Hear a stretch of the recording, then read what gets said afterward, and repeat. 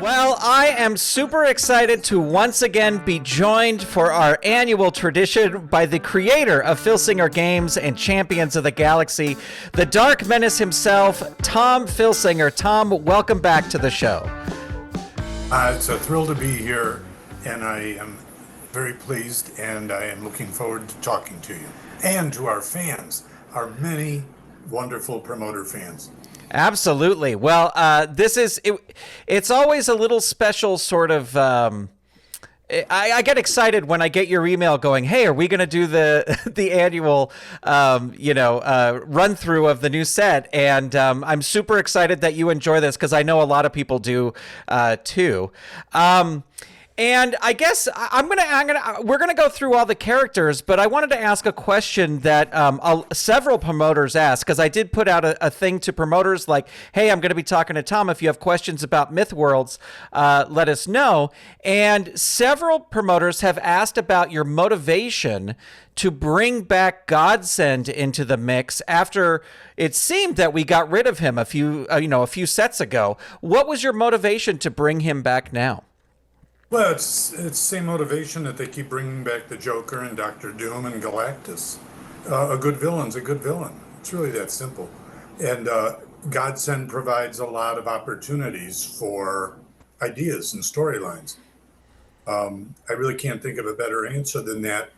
Call DC Comics and ask them why they keep bringing back the Joker. That's great. Is it difficult because Godsend is sort of this omnipotent character who can do what he wants and seemingly snap his fingers and cause things to happen.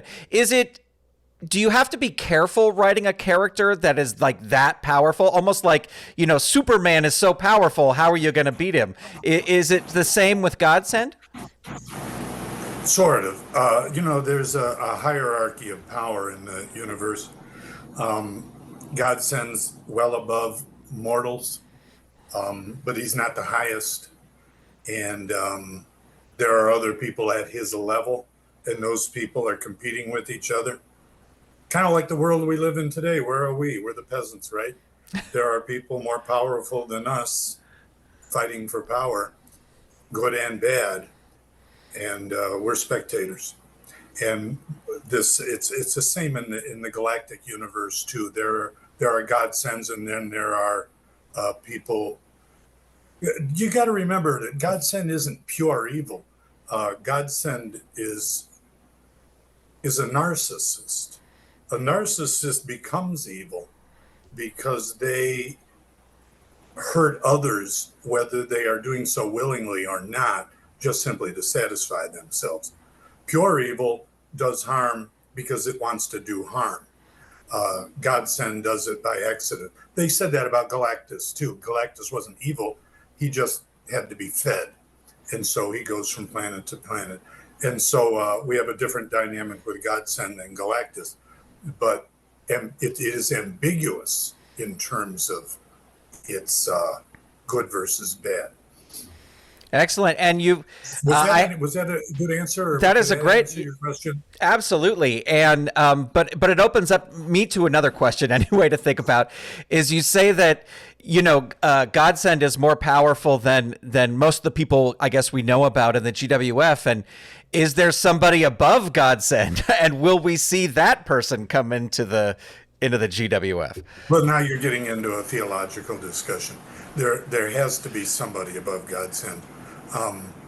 One would hardly believe that he's the highest power in the universe. But he is on a higher level, and sometimes the powers of the highest level do not have direct access to the physical universe. Godsend is an in-between, an intermediary, who does have access to the physical universe. There are people on his level who don't want him to have that access because he abuses it, as we have seen.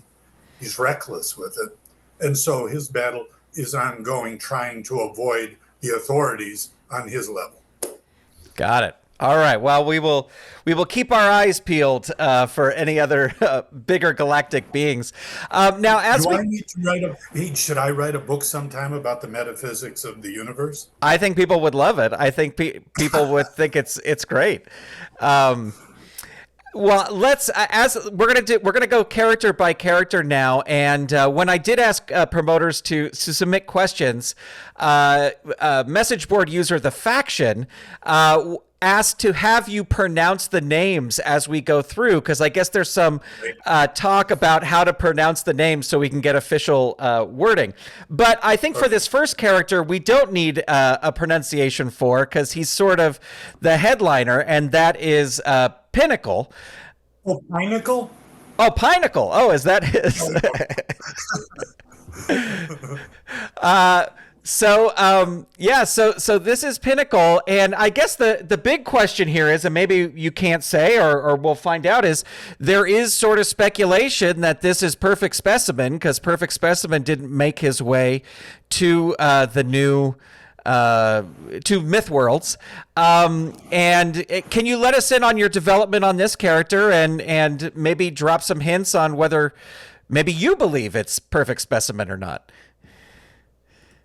That's one of those stories to still be resolved, so I'll leave that at that. Okay. That's kind of obvious that's a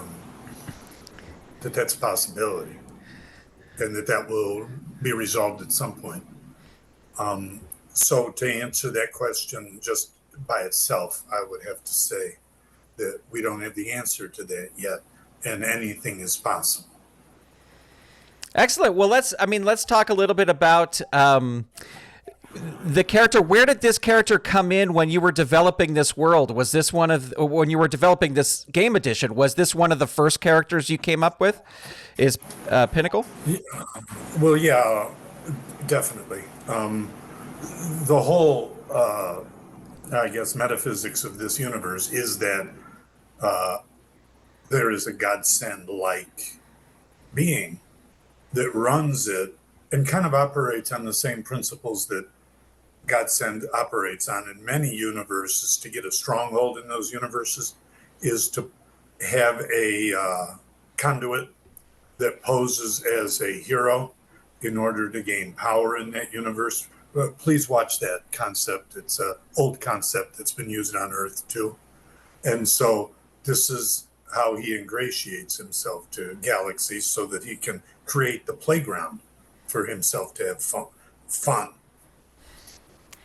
Excellent. And as you have in past years, you have sent along some great sort of alternative art or art in progress of these characters.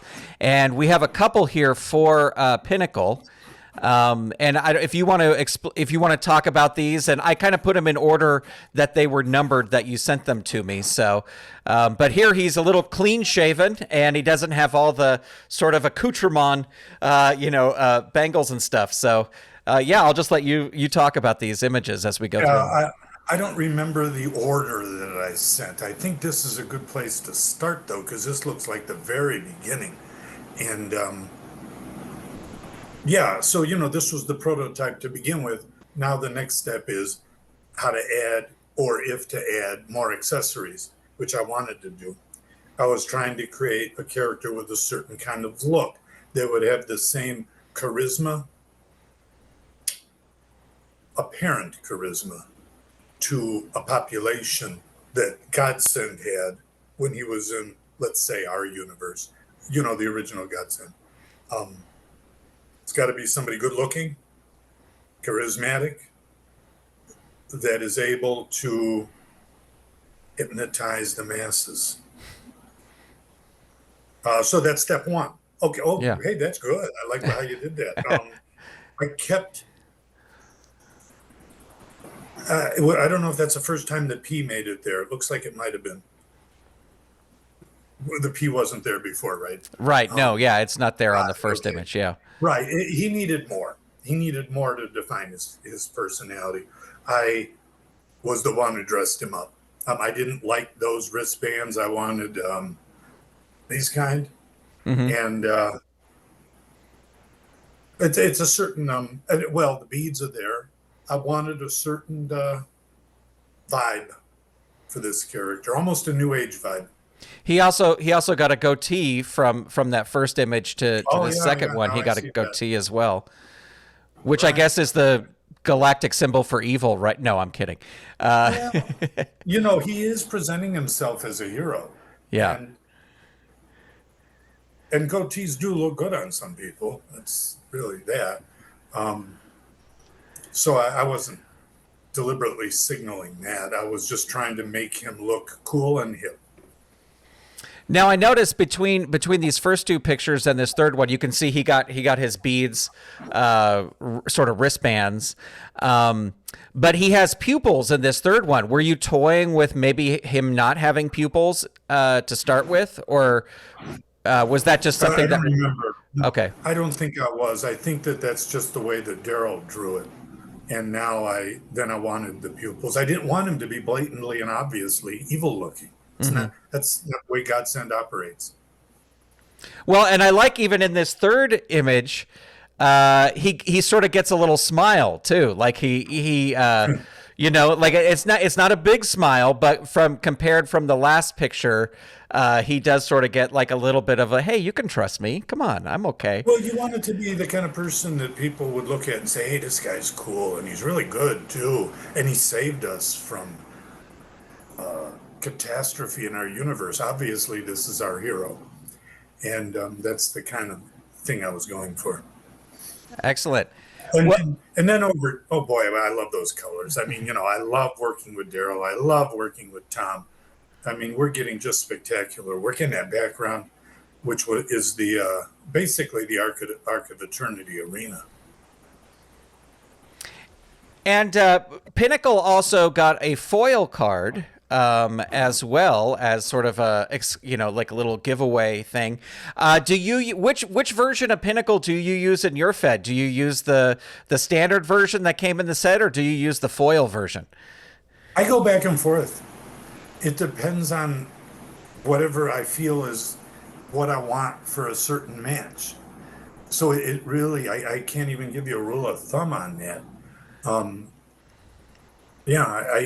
just use them both. Excellent. Well, moving on, we have Teth, who's one of my favorite characters from the new set, and he, of course, is sort of a follower, I guess, or with Pinnacle on his team. Can you talk about the development of this character and maybe bringing back a sort of a race that we had seen before in the character of Bex?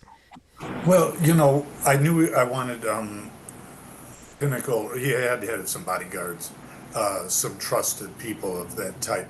I thought, well, why create a new race when we really have already seen in the three a certain race represented in these schemes? Let's bring somebody else from that race in.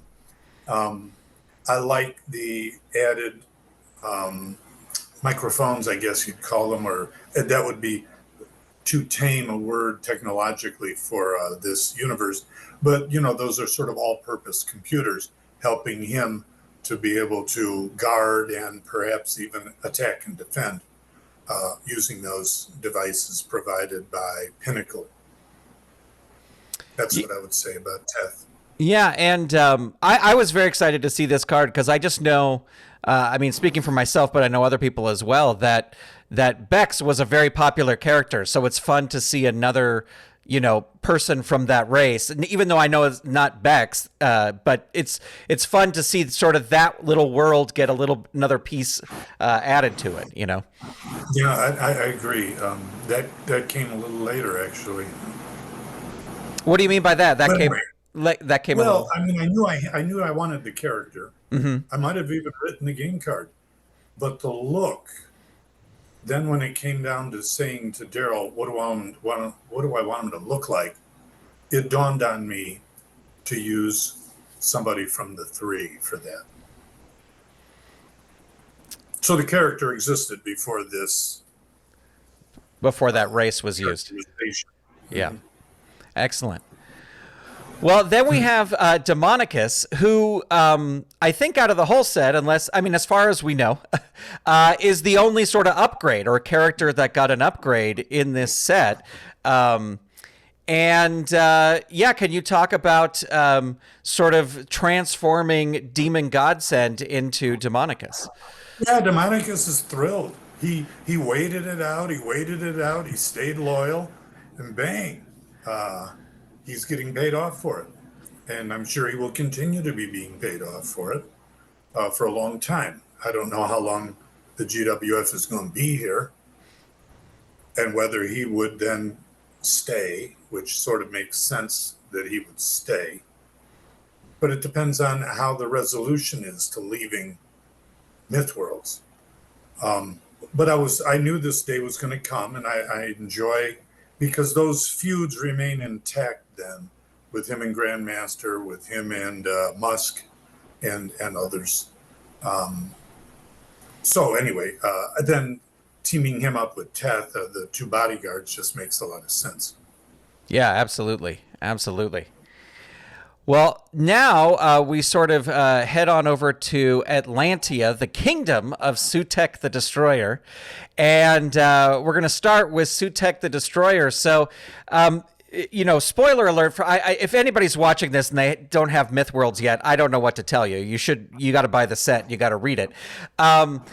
But how did you, before we get into this, I guess, how did you pick sort of the three mythological worlds that we're going to visit through these characters for this set? I think they were relatively easy choices.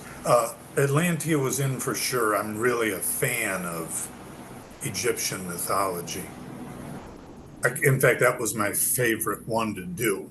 And I love this art. I love these colors. So I already knew these histories. The Greek one was kind of obvious too. Oh, I don't know if you want me to jump to the Greek one already. I'll just make it quick. Please talk about how you picked all three, and then we'll continue through these. But yeah, the Greek one made sense since there's history of that in our game. So, and in fact, I was going to use Ecdion and bring that connection to Actagon and all that. And then I decided I didn't want to do that. I wanted to just do something new. So, that history is there, and that feud with the gladiators, and so there's already story. The Norse one just seemed like the next big one in our culture that people know the best. I know there's others, but these three do sort of stand out in American culture.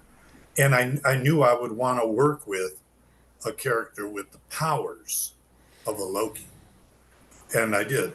I really enjoyed that. Excellent. Well, we have Sutek the Destroyer here, and we have some early sketches of him to show.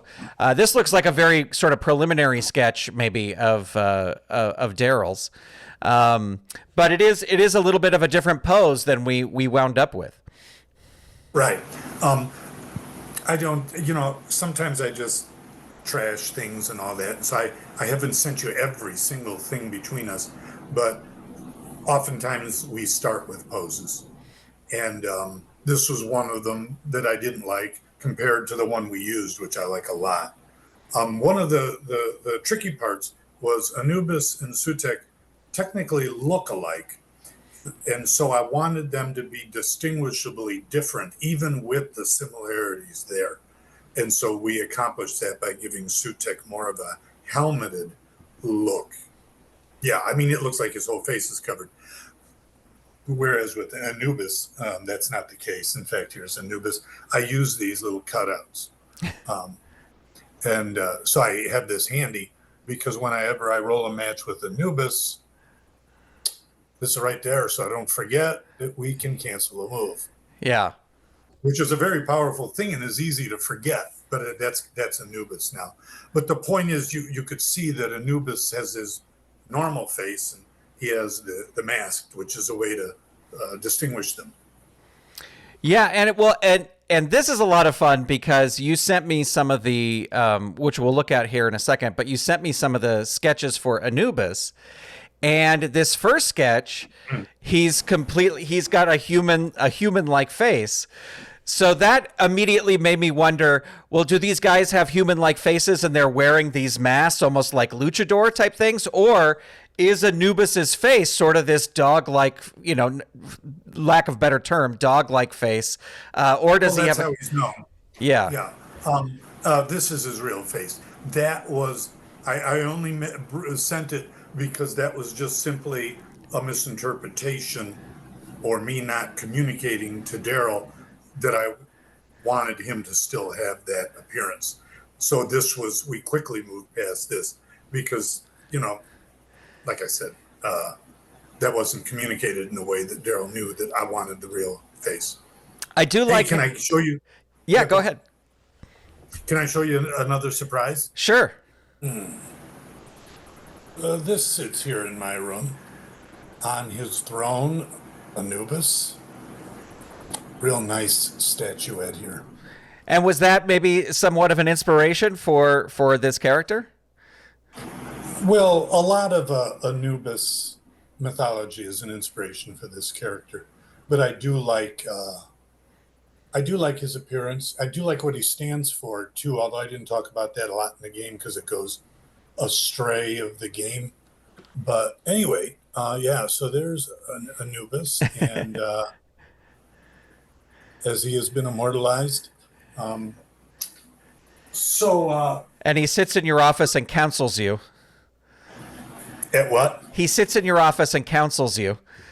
Oh yeah, that's right. Yeah. Yeah, the mythology of Anubis is interesting. I recommend anybody to look into it. He's a what do you call it? A guide to the other worlds.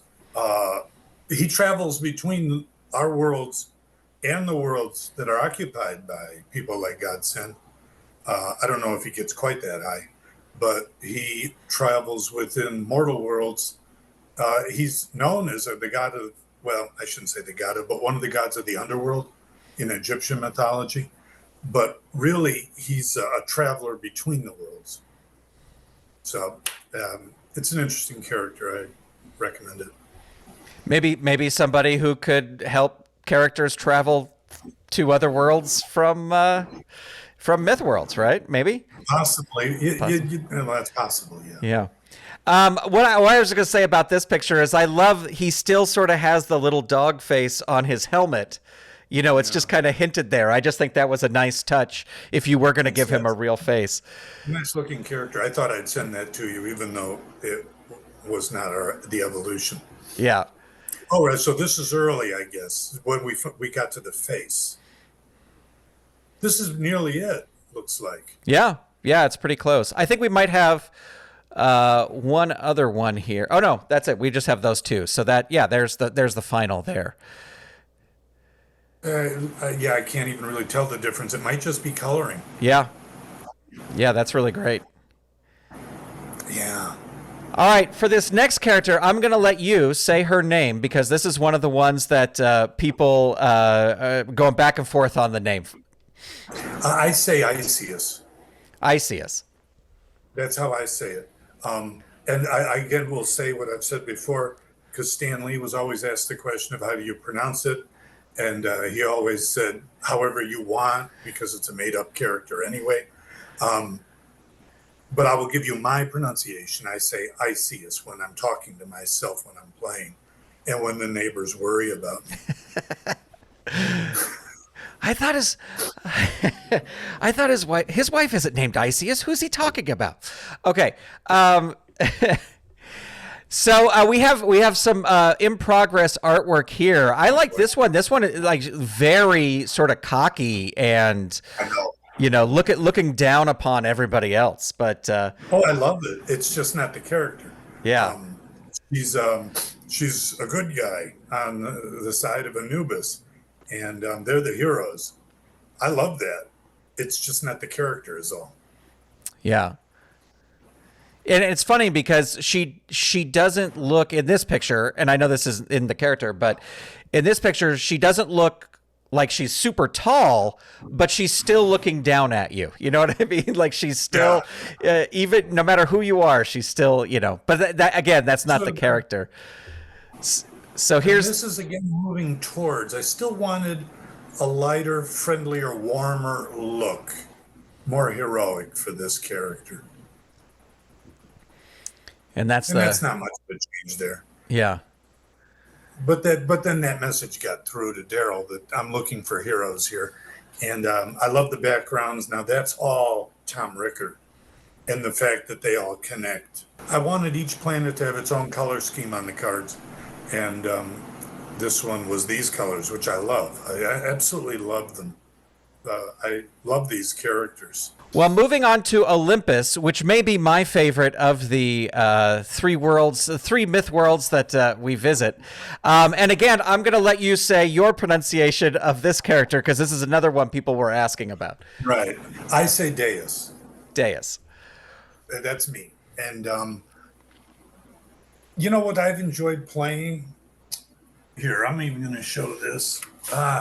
Here's my next card, which I've already stated online. This is how I write these things out. I don't know if that's showing. I think this is my next card. And you can see the main event. If you can see it, is Pinnacle and Anubis. Yeah. Yeah. So anyway,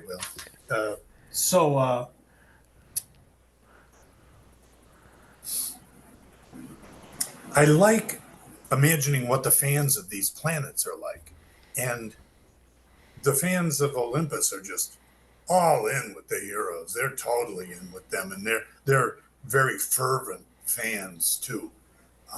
So anyway, Deus is the leader, the manager. I tried to give him a halfway decent fighting card so that he's not a total pushover. In fact, I'm looking forward to using him in Nexus a little bit in tag action, just because I like the team, and however they do is what they do. I've got my power ring here all ready to go to put on the Minotaur or Thesis. I said it. Or sometimes like Tempest or Quagmire, since in my Fed, he's formed a strong alliance with those groups too, or also with Titan Samurai.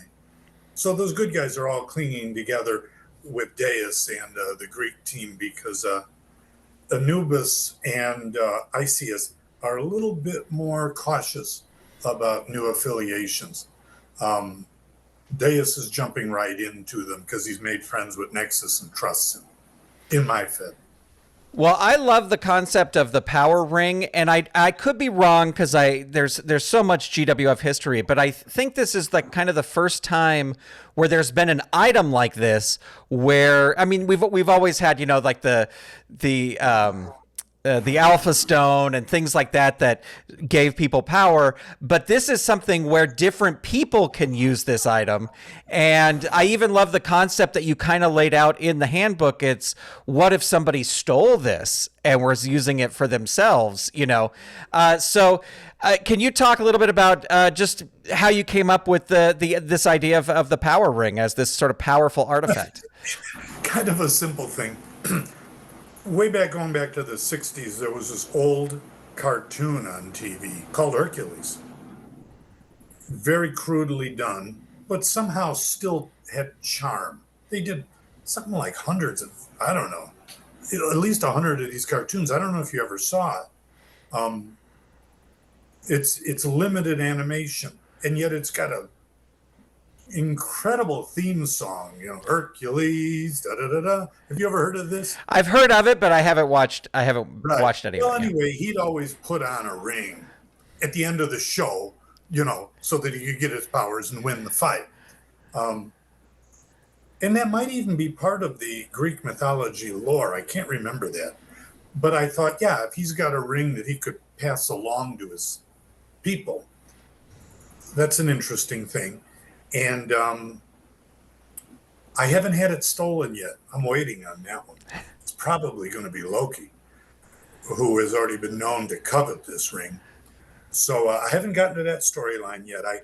I'm at that stage where the storylines are just developing organically. It's nice. They're just coming together. I will probably want to have that storyline. Like the Basilisk has still not been unfreed yet. Or somebody else hasn't been taken over like Quagmire. Those things haven't happened in my Fed yet. Those are probably coming.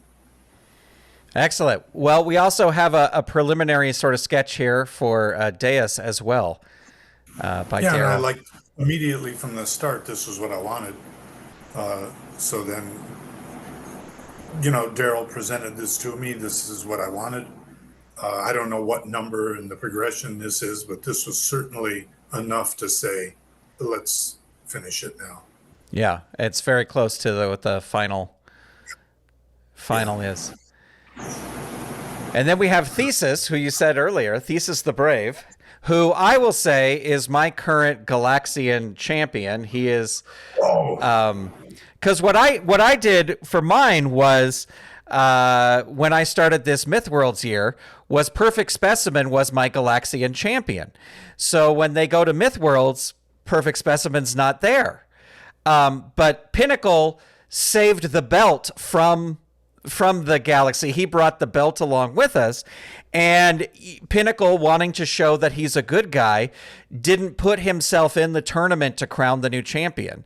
And Thesis actually won that tournament, maybe a little bit of help from the power ring in the final match. What did you give his power? Which of the three? You know what I always seem to do with that kind of thing is lower the pin rating.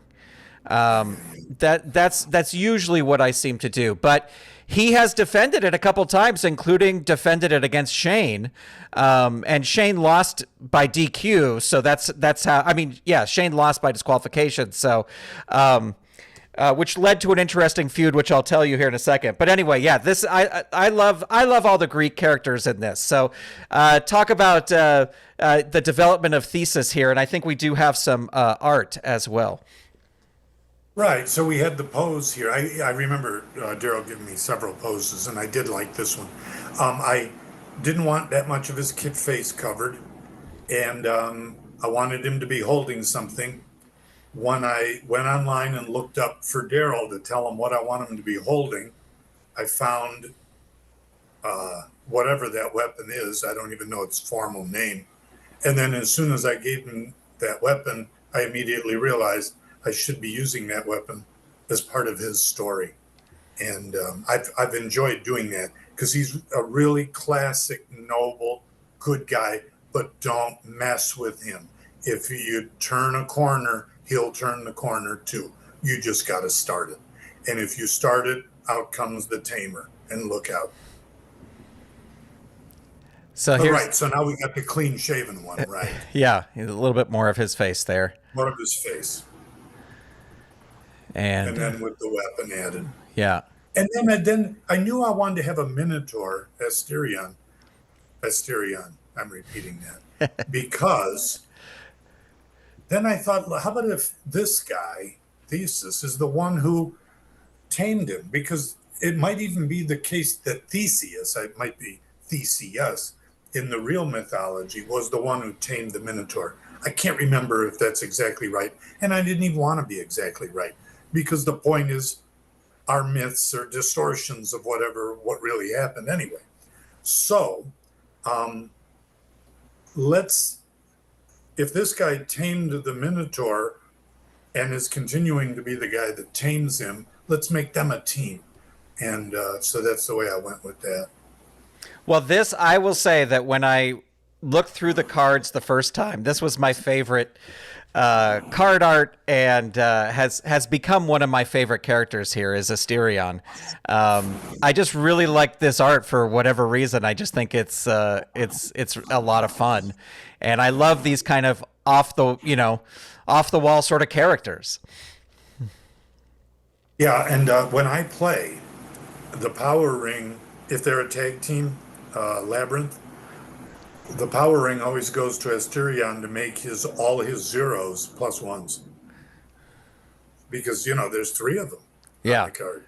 So that to me is the best way to enhance their team. Yeah. That's for me personally. And so right, there we go. He's got a little less shoulder pad accoutrement as well. What the reasoning was for that. This looks nice too. Yeah. Well, in my last card that I played out, it was Shane challenging Thesis for the title, and Shane used Frontier Justice and got disqualified.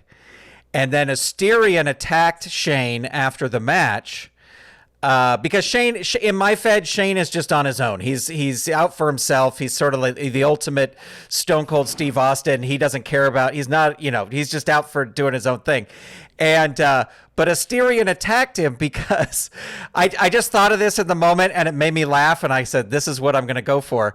Is that Asterion found out how cowboys treated steers back on Earth, and so he's really upset, and he knows what that bullwhip is for, and so now I have this new feud between Shane and Asterion, which I'm really excited to play out. I think that'll be, but it made me.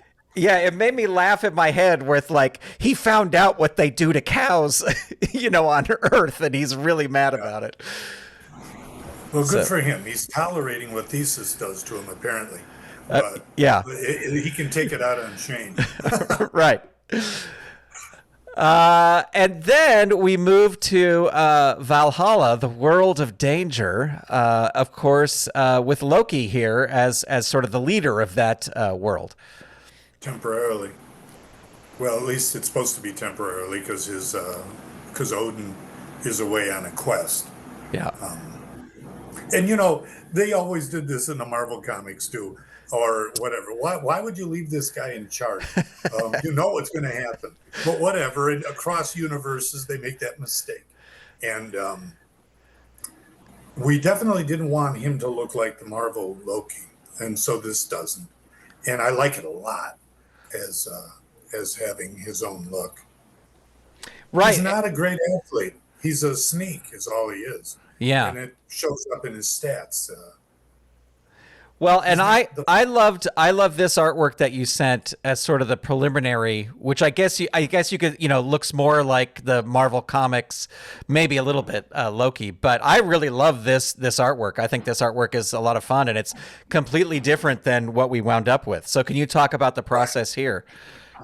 Yeah, I do agree that I think that that's an interesting looking character. I just didn't like it a lot. And I preferred to move off in a different direction. We went through a few of them. I don't know if I sent all of them. No, I think this is the only one you sent for Loki. Yeah, there might have been another one too. And it's just a matter of taste at some point. When he drew the one that we used, I really liked the look of that character. It's a strong character. It's one of those characters you can do a lot with. I wanted to remove him totally from the Marvel look, but retain the essence of that mythological character's personality. Well, let me ask you a question because I really like this piece of art that you sent along. And last year when we had this conversation, I loved that sort of Quagmire whale where he, the Quagmire, I just love the look of that character. I know it doesn't fit for Quagmire. This one doesn't fit for Loki, but I just love that artwork. In the past, you sort of did these bash sets, like the Galactic Bash, where you used unused artwork to sort of create new characters. And I know we kind of have secret history sets now. And I know you also mentioned on the message boards, you're kind of slowing down the releases a little bit, but is there any chance maybe down the road where some of this artwork could become other characters in the GWF? It is so cool to bring up Bash. I hadn't thought about that in ages. And you're right, it would, you never do know. I never thought of it. So I appreciate the comment. Yeah. That I still think about that whale. Or I know it didn't work for Quagmire, but it's just such a unique character to think in a wrestling ring. You're right, because it's so different. Back in the old days, a lot of those Bash characters, or at least some of them, were Larry Snelly art. And Larry loved to draw. He just loved to draw things and send them to me. So I always had a kind of a backlog of characters that he thought looked good, even though they never made it into the game. But you're right. If they're different enough from anything that's already there, you can just create a whole new story around it. Yeah. Well, Loki looking good here for his in his final form, and definitely different from that other one. And then we have Vale. Am I saying that one the same way you say it? Yeah. I would say Vale, yeah. Yeah. And Well, in the many mythological legends, and they vary, uh, I don't think there's any total canon. I think that there is variation between countries and languages, but and so you'll see in some cases Loki had one son, he had two sons, he had a daughter. They're kind of all over the place. But one of those stories is that he had a son, and I thought that'd be cool. And he had a son that was kind of wild. I thought that's cool too. So I really like Vale. In fact, I've got him. He looks young, and he needed to look young because Loki's his father. Um, and of course, we're in different dimensions and different worlds. Same issues we have with aging in our universe, and how old are these people, and that aliens differ. when you were doing the teasers for Myth Worlds, you were very careful in saying that if we saw too many of the cards, we would know what the theme is and things like that. And we got to see Pinnacle. We didn't get much information about him, but we got to see Pinnacle, and then Vale was the other character that we saw before Myth Worlds was released. And my instant thing was that Pinnacle was like a kid or a grandkid of Lord Nexus, and Vale was a kid or a grandkid of Wolf. So my thought was that we were getting a full set of third generation stars or whatever, because we only showed us those two things, but definitely much different than what it turned out to be. And we also have an early sketch here of Vale as well. Boy, that's the right idea already there. So that didn't take much. I mean, I'm sure that went, the way it looks to me now, pretty much straight to inking and finishing. Yeah. Yeah, well, Yeah. super fun character. It's fun to have sort of that Well, hard. it's a young, hardcore guy. Yeah. He's the fighter. Loki's the brains. And I'm really curious how Ice Star in my let's see, what do I call it? Random acts of terror. I enjoyed coming up with that for my, and it's got Ice Star versus Vale in a cage match, which favors Vale, but you never know.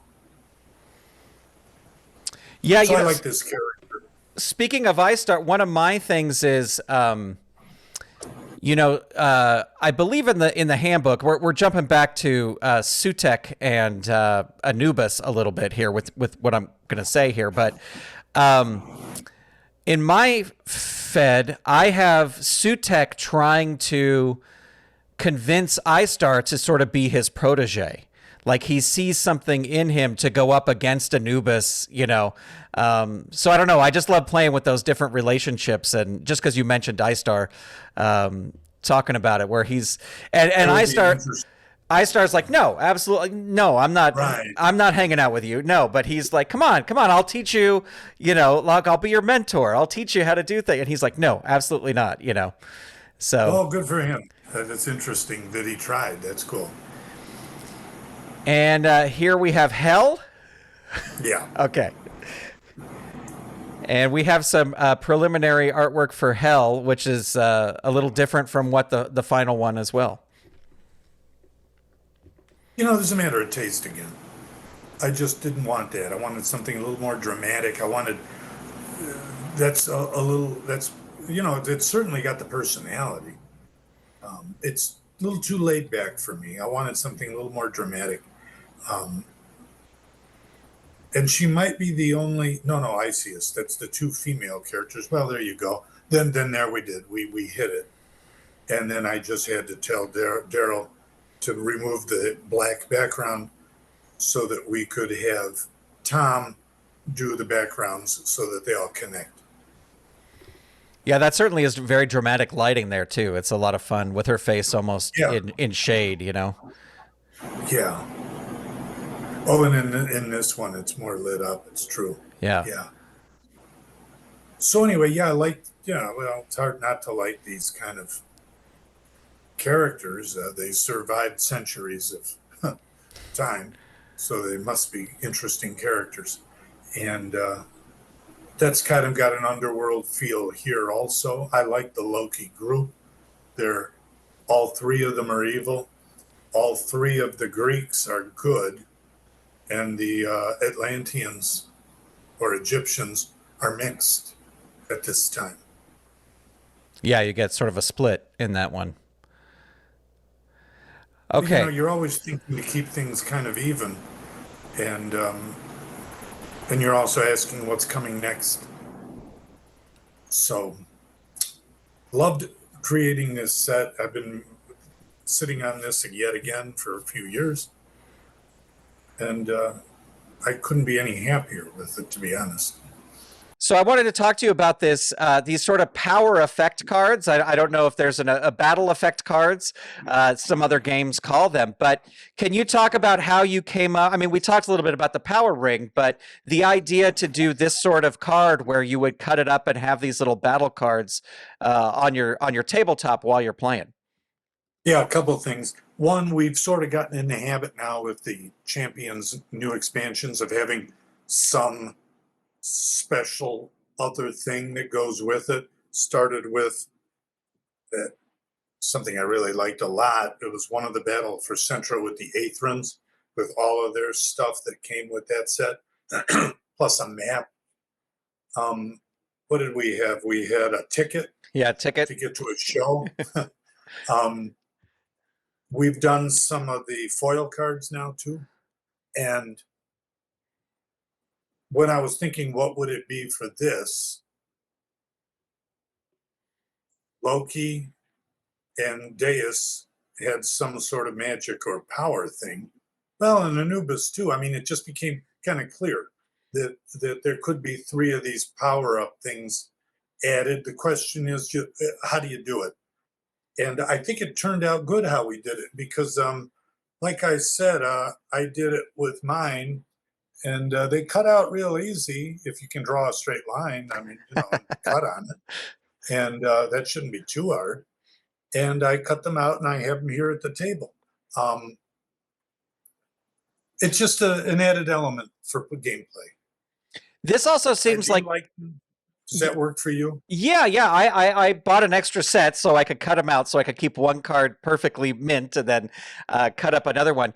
But what I think these would be fun for almost is especially like the Anubis one, is when you're playing against somebody else, like in person, head to head, and you sort of have that card in your hand, and you're just wait. Like the Deus one is before the match, but where you could just put that out there, while you're playing. Do you Yeah, think? just like a magic card, what they call an instant or something to that effect, where somebody plays a card, then you say, "Sorry, stop." Yeah. Throw that down. Do you think this is something we could see more of? More of these sort of, battle cards or battle effect cards? If it fits some storyline. The Anubis one, I sometimes forget because I'm not used to playing that and how powerful its potential can be. And one time I had a match end and he lost, and I realized I forgot. It was only like a minute later. And I thought, I can't let this stand. I had to go back and say, sorry. And I can't remember if it changed the match. It might have. Yeah. Excellent. Well, these are a lot of fun, and I actually made a video of me cutting up to put on my YouTube channel so everyone could see actually cutting up a Champions of the Galaxy card. Well, I want to talk a little bit about Promoter Prime because we have some characters that went along with Mythworld in Promoter Prime, but I wanted to go back to the beginning of 2024 and talk about, because we didn't get to talk about these last time because they came out after we had already talked about 2139, and that is sort of the characters that were released for when Secret History Female Warriors came out. And so just very briefly, we don't have to spend a ton of time on these characters, but here we have Nakano Takeko in her, when she first came to sort of 2139, or maybe even a little bit earlier, to get her footing as a wrestler. Right. This drawing, another nice one by Tom Rickard, came before the Darrell Banks one, which became official first, but this drawing already existed. And when I was doing Secret History, this was one of the drawings that we thought, well, we'd already done it. We can say this is her just a little bit before she comes in. And that's all I really have to say about it. Yeah. Well, and then we had, this was probably one of my favorite drawings of Galaxia, who I used quite a bit after it came out because I was still playing out the tail end of my year. So I loved working her in, sort of the thing. But this is just a fun, unique looking. I don't think we've seen a character necessarily who looks like this ever before. No, I agree. And Yeah. I brought her to Myth Worlds just because I felt like using her sometimes. Yeah, that's just Tom Rickard doing some really nice work. And then probably one of the most talked about characters amongst promoters, and the character that taught me how to spell the word sarsaparilla, sarsaparilla, the ice cream girl. I had no idea there was an R in sarsaparilla until this card came along. I forgot, yeah. Yeah. But I always have to look it up before I put it online because I sometimes forget. This is just an ode to, I've said this probably before, to a more innocent time, a kind of character they might have had in wrestling 40 years ago and in comic books 40, 50, 60 years ago. That's all just pure fun. That's all there is to it. Anybody who would ever read anything more into that is just a byproduct of a fallen era that we live in. Yeah. Well, and it's just, it's not like, it's not like she's in a major storyline, that involving, ISIS and hell and all that. It's she comes in at the beginning to get the crowd to cheer, and that's it. So Pretty much. yeah. All right. I had her in Myth Worlds too, just because if I ever feel like using the character, I could. Yeah. Well, and sometimes you need, like it's a perfect person for, say, Hell to go up against first because she's probably going to win. Hell's probably going to be able to beat her, so you can give Hell a couple wins before she goes on against somebody else. Or Exactly, and in that case, it's a great contrast between pure evil versus pure innocence. yeah, you can almost just see Hell staring at her like, "What is this? Yeah. What am I?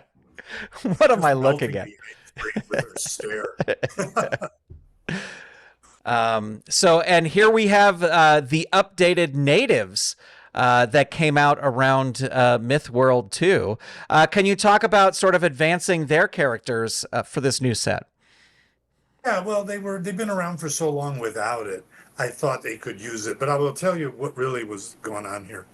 And in fact, I'm going to be posting a news story probably this weekend, introducing our game fans to our new staff artist, Nate. And I believe I've said that, at least in words on the message board. I wanted to start to work with him. And this was one of those starts. Let me see what you can do with these two characters, just to get our feet wet. And so I liked it because the background is that's I can't remember whether that's Nate or Tom Rickard, to be honest with you. I forget. It's kind of got a pop art feel to it, a design. I thought that's kind of cool. But yeah, I thought it's time for them to be at least a little better. They've been around long enough not to be total pushovers. They're almost sympathetic creatures, always moved around like pawns on a chessboard by everybody else. And I wanted to do a slight variation to their names. And to give, now I'm even forgetting one of their names. Could you tell me their names? Hegor and Crude, I think is, yes, Krudde, yeah. Hegor is is neurotic. He's scared. Crude has got a little more gumption in him. He's like, kind of wanting to assert himself. And that's what I wanted to come through. Where did you hook up with Nate? When did you meet Nate? Oh And yeah, I mean, I know you're going good to do old this article, but we'll get the scoop here on the podcast. yeah. Well, in good old Prescott, Arizona. Prescott is a old western town in Arizona, real old western town, real charming downtown too. And so I go there sometimes because they've got some good stores there. They got an album store, Sedona doesn't have a lot of some of these pop culture-ish things. They have an excellent bookstore with tremendous comic book and graphic novel section. And I was hanging out there looking at the stuff. And lo and behold, there's somebody else. And he started to talk to somebody else, Nate did, and talked about how he's an artist and he's whatever else he was saying at the time, but my ears are perking up. And when his conversation ended, I approached him and just said, "Hey, I hear you're an artist." And well, anyway, one thing led to another through our conversation there, to me giving him I don't know if you'd call it a tryout, but you got to make sure that you have chemistry with an artist, that they fit the style you want, and so we worked together on this, and I believe it. I can't remember if it might have just been these two, and then we moved right from this to him doing early classics, which Right. he's doing right now. Yeah. So Well, anyway, yeah, I met him in the store. We communicated to each other by email. He said he really would love to do it, and so here we are. excellent. And it's great for us. I wrote about it. It's nice to have a bigger staff so that we can, not overwork Werner, whose work is outstanding, and we lean on him a lot. We lean on Daryl at certain times. Now we've got Tom Rickert, we've got Nate, so we can spread it out a bit. Well, and that's, comic books have always had different artists, like it's really kind of keeping to that traditional comic book roots where, I don't know how many Spider-Man comic books are currently being published, but they all have different artists, so it's great to have different artists working on different things. So then we This also, is Tom. yeah, we also had Catfight drawn by Tom Rickert, and you sent along some great early versions of these two. This is sort of an early design here by Tom as well. So, did you for this one, because this is a little bit different pose and sort of card layout than what we've seen before. Is this something where you just let Tom go to work, or did you sort of give him direction, like you wanted Zira in the back, or? Yeah, this is me giving direction. Okay. I do like occasionally to have a different approach, something that's unique, and a promoter prime thing with a character that is simply getting an update is a safe place to experiment and do something different. And so we did that. That's a great, I just thought this was a really cool start. That's why I Yeah. shared this with you. It's just a neat little layout there from Tom for us to start with. And then I love this too. The new vibe proudly welcomes Catfight and Zira. I was going to do that. Yeah. I just didn't. I just thought that the card didn't look right that way. Well, To me, it was like a circus poster type thing. well, that's when this got posted. Because this was one of the teasers leading up before MythWorlds came out as well. And when this came out, there were a couple people who said that it kind of looked like one of those black light posters from the 70s or whatever, that they used to sell in the back of Spencer Gifts or whatever, the velvety kind of posters. So my question is, could this ever be released as a poster? Maybe this would be fun to release as a poster for fans. If enough of our fans really wanted that, we would consider it. I never thought about it. Yeah, it's I would just leave it at that. it's a super fun design, and the card came out great too. What I also loved about this card was it sort of harkened back to the days where, the early game editions where there was a box and the character was in the box, and this almost looks like she's stepping out of it. I like that about it too. And I didn't really see how powerful that is until I was playing with them. And Yeah. that card would always stand out for having that border. Well, I So want I to. agree with Yeah, I want to say that I've been loving Promoter Prime, Champions of the Galaxy Promoter Prime recently because it has featured wrestlers from sort of the current timeline, you know, Galaxia and Sarsaparilla and the Natives and now Catfight. Can we expect COTG Prime to sort of continue getting these sort of main characters or updates of characters who are in the game? you. Yeah, I think that's quite possible. And yeah, I'm still working out in my mind what I want to do for December. Something like that would be possible at that point. Excellent. Well, before we get to promoter questions, I have a couple questions I want to ask you. In your playing, what have been some of your hottest feuds going on in your Fed that you've rolled out so far? Boy, that's a good question. Um, well, Anubis and I've been building up the conflict where the people of Myth Worlds are the good guys anyway, are starting to realize that Pinnacle maybe isn't to be trusted.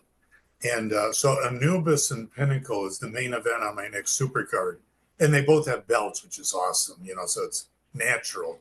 Heavyweight champion versus interplanetary. The belts aren't on the line, but it's a huge match.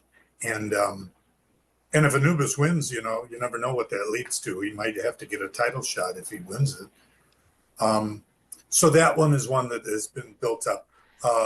I've had an alliance and a battle between Kraken and Anubis developing also, which has invited in the Titans. So I've developed that a bit.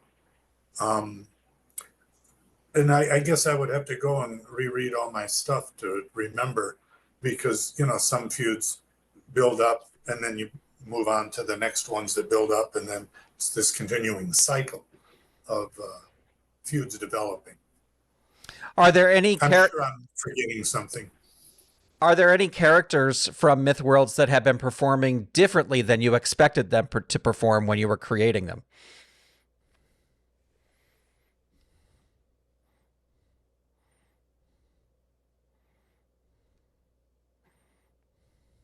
I just put 8 seconds of thought into that, and the answer is no. They're about where I expect. I really enjoyed working with Loki and Vale because there's so many storylines that work around them. So they became my tag champs for a while. And like I said, Loki's, you could do so many things. I'm probably going to have him get a hold of that power ring at some point. There's the whole basilisk issue. And the basilisk in my Fed was just simply underperforming. I built that into the story that when he's under this spell, he just is in like a fog. So when he comes out of that fog and away from Loki, that's going to be an interesting feud, let's say, between the basilisk and Vale, the basilisk and Loki. And can Loki gain control of somebody else to try to counterbalance that? So I like working with the Loki character in terms of storylines. Do you have? I mean, we didn't even talk when we talked about Pinnacle about his finisher, but you have, you know, sort of Pinnacle's finisher. You have Anubis's power, his precognition. You have Loki's control power. You have the power ring. Do you have a favorite mechanic or move that you came up with in this set that you've really had a lot of fun playing with? Yeah, the Anubis one, Yeah. when I can remember it. Um, but I really think that one's a cool one. I don't think I've ever done anything like that before. And because the power up thing's been done before. I can't remember when, but it's been done. And it's just the power ring's just a little different version of it. The Loki controlling is a kind of a new thing too, though, as far as I can remember. But I like the Anubis one. It fits the character and it's, I think, unique.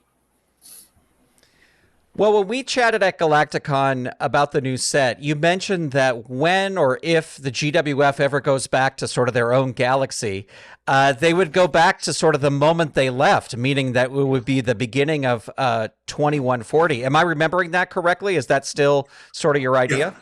Let me quickly say they should, by the rules upon which Godsend set for that, they should go back to that exact frozen moment, and then things should just unfreeze.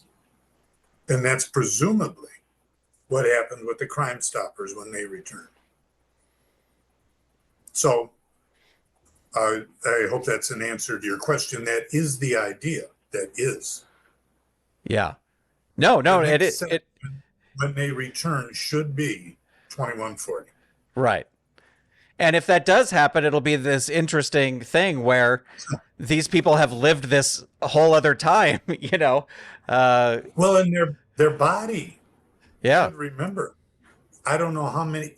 I don't know if well, I don't know if 3 years in this new dimension or any dimension is the same exact thing when they return in 2140 that one would say, well, we had 3 years away and now they're back. So they aged 3 years or 4 years or whatever it turns out to be.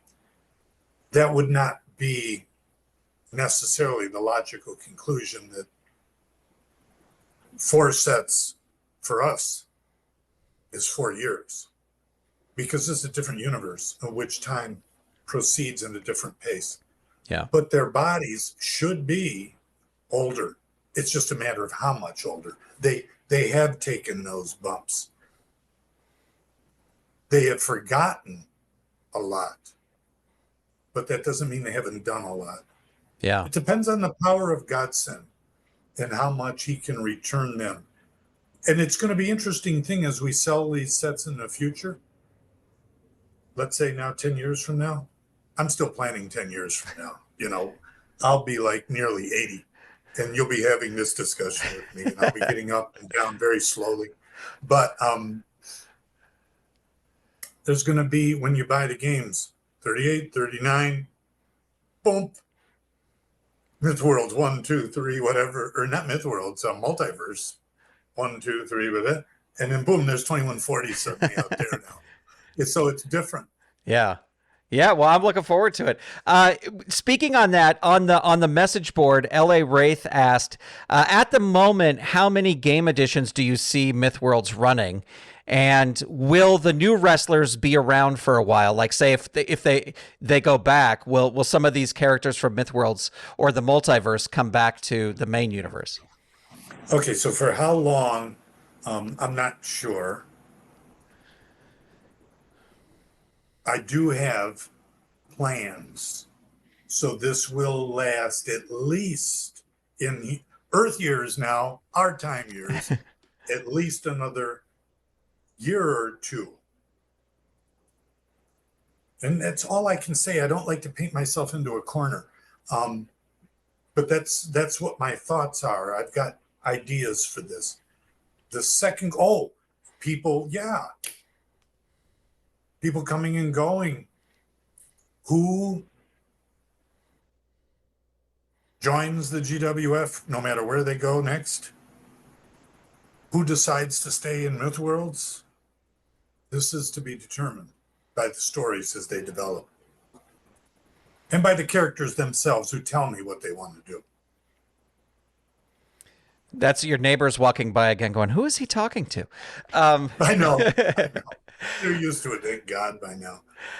Well, On the Edge asked if there are any plans to include possibly any fairy tale elements into future Mythworld editions to explore some of these other myth worlds, like maybe some of the fairy tales, or will you, to broaden that out a little bit?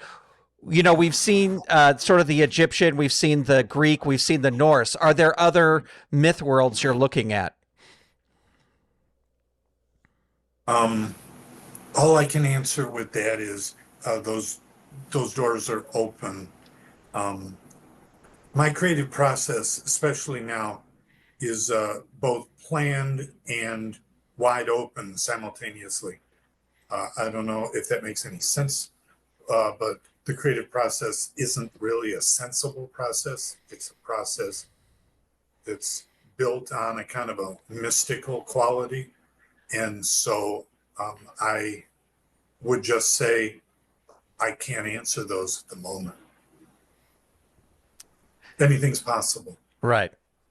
So Swarm asked, I noticed Catfight got an update, and if Pinnacle is Perfect Specimen, he got an update, and they are both originally from, they're both Future Shock wrestlers from a different galaxy than the main GWF galaxy. So should we be watching what Catfight does closely the same way we're watching Pinnacle for clues that he may really be Perfect Specimen in some form? Because it is interesting that those two characters are from the Future Shock era, you know? It's true. Well, either that is exactly on the right track to figuring that out, or it's not. And I cannot say it this time. Well, and then a follow-up, he asked, and is there a possibility that maybe the new Catfight is somehow not exactly the original Catfight, the same way that Pinnacle isn't exactly Perfect Specimen? So he's really going on Pinnacle is Perfect Specimen. Oh, right. I'd say that none of these things can definitively be concluded. Nor can they be excluded. Boy, isn't that awful?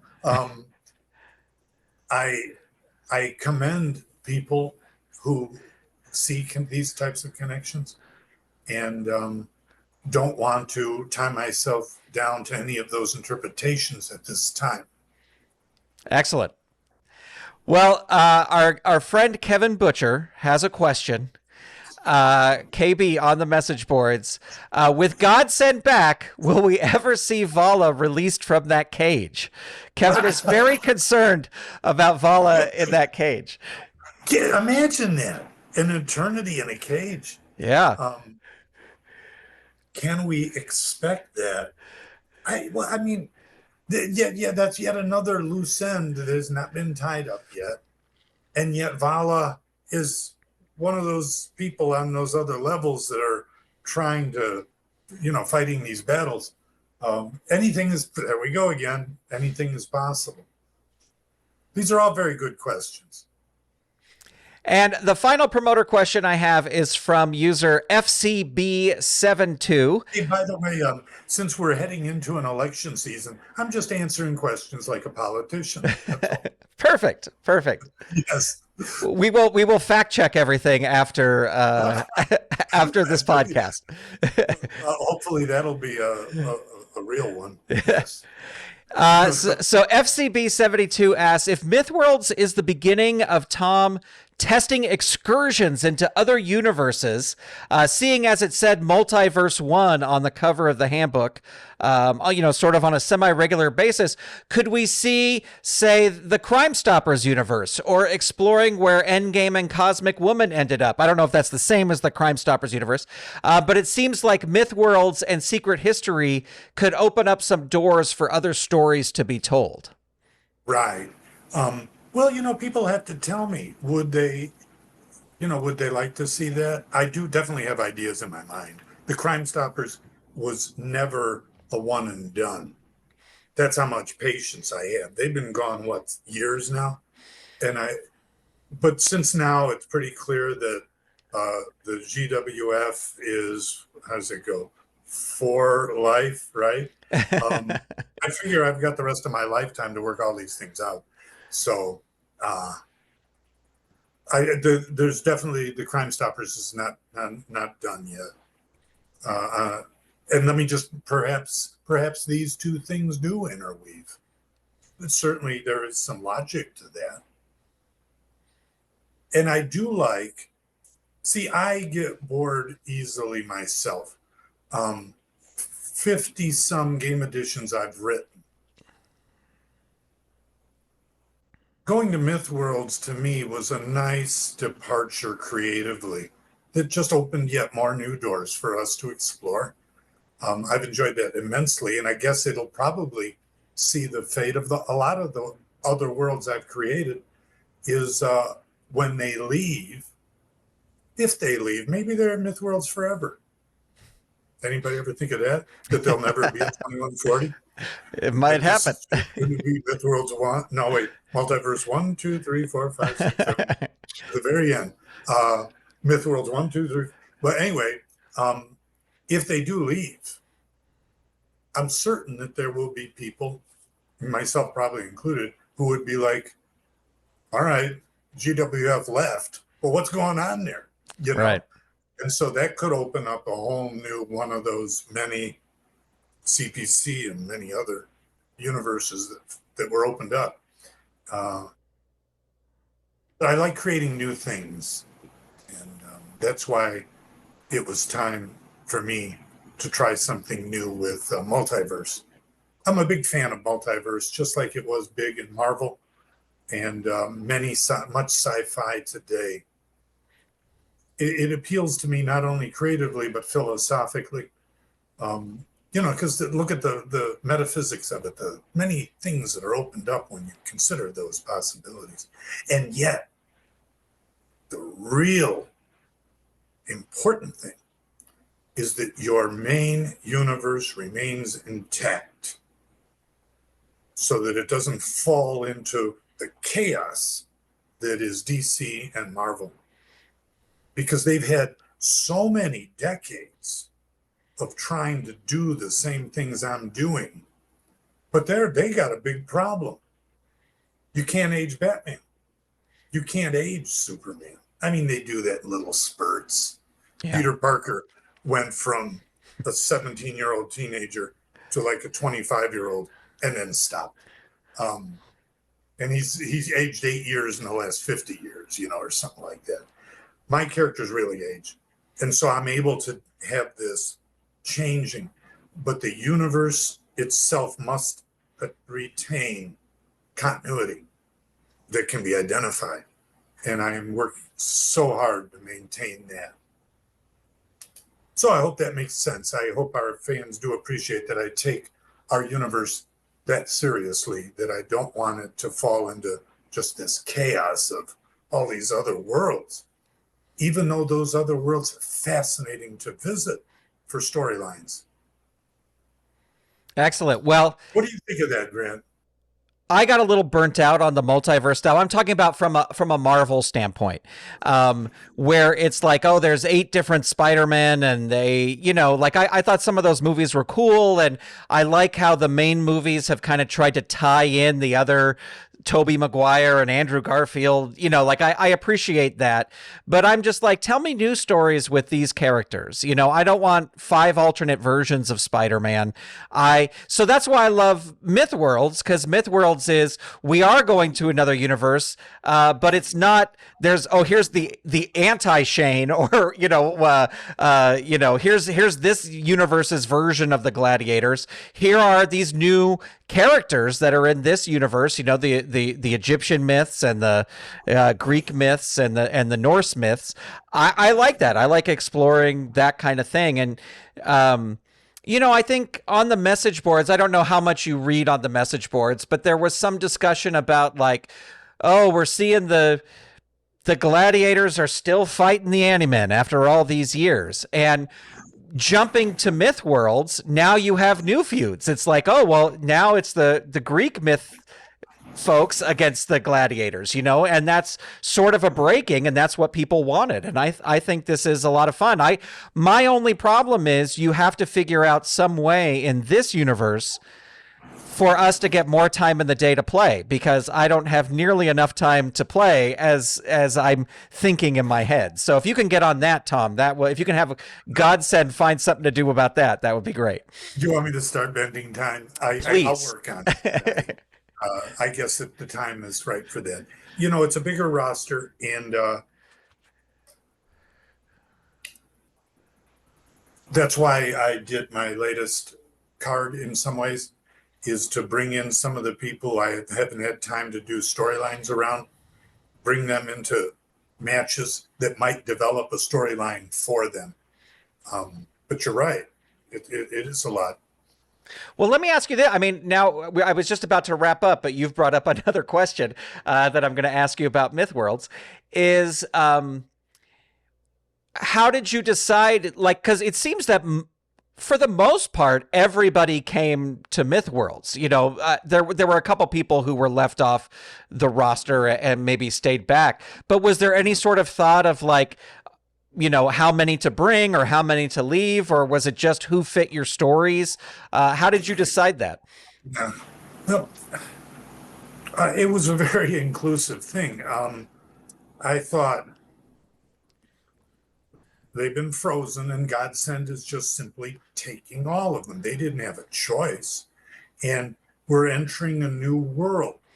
It's like if the Avengers are being taken to a new universe to fight some new villains, do you only take part of them or do you take all of them? And because you know that they're going to be moving on somewhere again. Um, so I made the decision or non decision to just, God sent, just grab them all, except a couple notable exceptions, which provides some fodder for storyline development. Um, yeah, it's because of it wasn't a normal year where some people go and new people come and you're in the same place, and so it follows a normal progression. This isn't a normal progression, and so I just had everybody go, and who knows how that will sort itself out after Myth Worlds and wherever they go next, if they go somewhere else next. Sorry, I hope that's a decent answer to No, that that's question. great. Godsend wanted to bring all his toys. He didn't want to leave any of his toys back back there. Well, Well, you know, and so I'm sorry to interrupt. no, no, no. I'm So happy to talk about this all day. yeah, me too, actually. So it's a glory of riches. If you find that the Fed is too big for all those people, think in yourself, how can I just write some people out then, or put them aside to work on your current feuds? This is the way I do it. And then once those feuds run out, put those people aside and bring some of those other ones in. It's kind of like the way real promotions would run in wrestling, where new blood enters and others go. You're just doing it within Myth Worlds, and it's your choice which characters to do that with. Well, Like and I, I've had the Centrans, is it the Centrans? Castellics, uh, on the sidelines for a while, just because I don't have a real story for them yet. So they're just gone. But they're not really gone. I presume they're doing house shows. But when I have a storyline for Sentinel and Moog that's a strong one, and Vizier, then I'm going to bring them in, and it might be a feud with some team. But for now, uh, they're not getting a lot of play. well, and one thing that we've talked about here on my channel before is the idea that not everybody needs. I mean, you do such a great job of laying out feuds and who people can, you know, have kind of natural battles with in the handbook. But when you're running sort of a wrestling federation, is not everybody needs a big major feud that's at the top of the card, and it's okay to only have one or two feuds that you're focusing on, and you can fill out the rest of the cards with just people fighting each other, and maybe a feud will come out of those, but they don't have to have any other reason to fight each other than one's a good guy, one's a bad guy, or they're trying to get up the ranking to maybe get a belt or whatever. And that could be the reason that they're fighting. It doesn't have to be you said bad things about my mama and now I'm coming after you. You know, like you could just focus on those big ones and just fill out the rest of the card with matches, and maybe something will come out of there. Yeah, totally agreed. Yeah. This latest card I created is got that random feel to it. It's not moving along any of my storylines or feuds, but it's a way to jumpstart some if a match goes interesting. Excellent. Well, Tom, I don't want to take up any more of your time. We've talked well over an hour now about Myth Worlds, but well deserved. And just thank you again for reaching out. As I said, these are the highlight of my year in terms of the gaming thing, and I know the fans really like this. So just thank you so much for taking the time to be here. And thank you, Grant. That's very outstanding service you're providing to our fans. And I appreciate them so much because otherwise I wouldn't be able to keep writing these stories, which I still enjoy writing. So fantastic. Thank you. Thank you. Thank you to everybody.